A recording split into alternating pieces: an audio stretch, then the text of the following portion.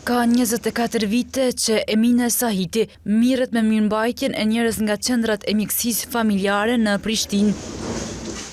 Por për punën që bën, ajo paguhet 360 euro, kjo e cila siç thot ajo, është e pamjaftueshme. Të mbojsh familjen me këtë pagë nuk është as pak, nuk mundesh. Duhet të lësh shumë gjona me ble diçka. S'është që mundet m'ja dol askush me këtë pagë.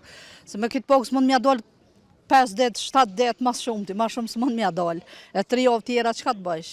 Por ani pse është e zhgënjur me trajtimin që po i bëhet punëtorëve, Sahiti pret që të përmirësohen kushtet e punës. Po jemi të zhgënjur shumë, nuk presum shumë, por prap shpresa pak ekziston se ndoshta ndonjëherë do të bëhet më mirë, do të mendojnë edhe për punëtor privat që shteti do të ligjin ta zbatojë njëjtë sikur për punëtor publik, ashtu edhe për punëtorët privat.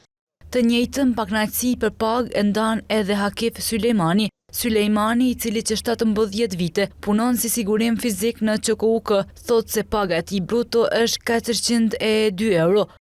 Atëre kom marrë rrugën më të mirë se sot.